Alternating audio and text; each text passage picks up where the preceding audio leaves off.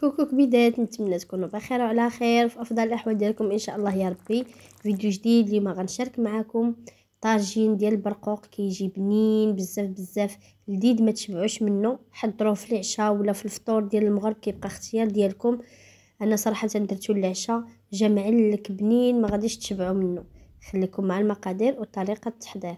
بسم الله على بركه الله. هنا انا خديت بصله كبيره شلطتها، واللحم على حسب القياس ديالكم اللي بغيتو.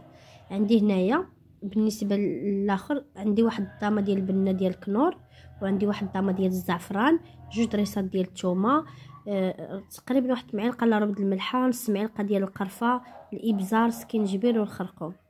كما كتشوفوا هنا في الطاجين كنديروا الثومه هي الاولى مع الزويته بلديه حتى كتشحر لينا الثومه مزيان. فاش كتشحر لنا الثومه مع الزويته بلديه كتعطي واحد اللوغو خطير في الطويجين.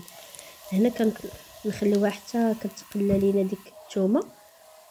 مباشره كنديروا واحد شويه ديال الزيت النباتيه طبعا باش ما يلتصق ليناش الطاجين. زدت واحد شويه الفوا تحرات لينا مع زويته بلديه، درت زويته نباتيه. غنحرك هذيك الثومه شي شويه، وغادي نبقاو نضيفوا ديك الطريفات ديال اللحم نقليوهم حتى هما في هذا الزيت والثومه. ديروهم على واحد الجهه وقلبوهم على الجهه الاخرى، بقاو تقلبوهم على الجوايه بجوج حتى ياخذوا لكم ديك البنه ديال الزيت مع الثومه. هذا هو السر باش كيجيكم الطاجين بنين بزاف بزاف. انا هذه هي الطريقه ديالتي اللي كندير، وراه كيجي واحد اللوغو فيه زوين بزاف بزاف. هنايا كما قلت لكم غادي نخليو ديك الجهه حتى تقلى، ونبقاو نقلبوا الطريفات ديال اللحم ديالنا للجهه الاخرى كما كتشوفوا. ومن نهار بهذه الطريقه ما كيلتصق لكمش اللحم ديالكم في الطاجين. صافي كنبقى نقلب، هو راه سخن شي شويه. صافي كنبقى نقلبو على الجوايه بجوج، عاوتاني غنعاود نقلبو حتى يتشحر لينا مزيان وديك الجوايه ديال اللحم كاملين، باش واخا نقلبو فاش كنكيطب ما يتسخنوش على الطاجين. كما شفتوا درت واحد القصيره ديال الماء، راه غير قصيره بحال معلقه كبيره باش ما تحرقليناش العطريه، حيت بغيت ندير العطريه. درنا العطريه ونزيدو ديك الطامه د الزعفران وديك الطامه ديال الكنور.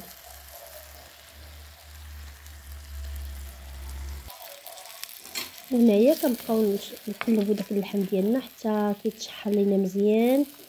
هنايا فاش كتكونوا كتشحروا اللحم كتكون النار مجهده شويه، فوا كتبغيو طيبوا عليه كتقتلوا ليه العافيه، عرفتي راه كيجي بحال طيب على الفاخر، تحلفوا عليه لا على الفاخر، كتجي فيه واحد اللوغو بنين بزاف حيتاش كيطيب على كتر من المهل، كيطيب بشويه. المهم انا هنايا كنت مجهده العافيه حتى تقلى لنا اللحم ديالنا. كنصور بيدو، كنخدم بيد، كتجي شي شويه صعيبه.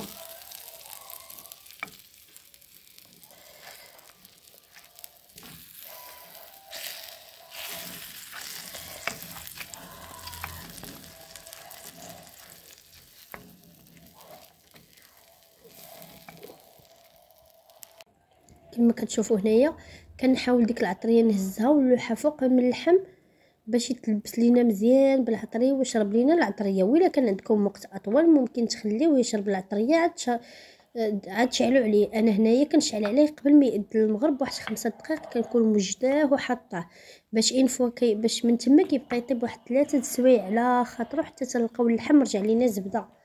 كما كتشوفوا انا هنا اللحم قليته مزيان ودخلت فيه العطريه كامل باش يجينا الطاجين بنين، وهاد المرحله راه ضروري منها. ومن بعد كنديروا البصله. بالنسبه للبصله كنديروا لا كونتيتي الكبيره تحت من اللحم، كنرميو البصله ومن بعد كنهزو دوك الطريفات ديال اللحم وكنحطوهم فوق من ديك البصله باش ما يتحرق ليناش اللحم، باش ولو تلصق لينا البصله. وشوفوا راه انا صراحه راه ما لصقش ليا نهائيا. اولا حيتاش نقصت عليه، اولا حيتاش قليت اللحم، وثانيا حيتاش نقصت عليه البوطه على حدها طبع على خاطر. كما شفتوا انا نبقى نهز اللحم ونبقى نحطو فوق البصله. شوفوا هنايا كما كتشوفوا درت البصله كامله لتحت، خليت غير واحد شي شويه درتو من الفوق فقط. وهنايا صافي كنغطيو على الطاجين ديالنا بلا الماء، ما درت ليه حتى قطره د الماء من غير هذيك الاولى اللي شفتوا، ديك معلقه كبيره د الماء اللي درت في الاول باش نشحر العطريه. اما في الطياب راه البصله كتطلق لينا الماء ديالها. كما قلت لكم كانت بصله كبيره ديروا غير وحده، راه انا عندي بصله كبيره بزاف، كانت صغيره ديروا جوج. شوفوا تبارك الله هنايا عريت لكم باش تشوفوا البصله شحال تلقات ديال الماء. وغادي ندير ليه واحد المعلقه باش ما يفدش ليا على البوطه ونخليه يطيب على خاطرو. شوفوا هنايا تبارك الله من بعد ما طاب لنا الطاجين واحد الريحه كتطلع منه ما نقولش لكم، غزاله بزاف بزاف. والتلوجوجه خطير بزاف بزاف، جا بنين الصراحه الله، بنين بزاف بزاف. وبالنسبه لطريقه التقديم كتبقى اختيار ديالكم. انا درت غير شويه ديال البرقوق والبيض اللوز هكا الكركاع. انا كيعجبني الحاجه دائما، انا من دوك الناس اللي كنقول العين هي اللي كتاكل، ضروري الحاجه خصها تكون مقاده ومتوله عاد باش ناكلها. وحتى البنه ما نقولش لكم راه غير الشوفه ديالو تعطيكم الخبر، عجبني بزاف. نتمنى من الله تجربوه، متاكده غير الاعجاب ديالكم. واللي عجبو الفيديو ما يبخلش عليا بلايك، لاول مره كيشاهد القناه يشارك فيها وفعل الجرس باش دائما يوصل جديد.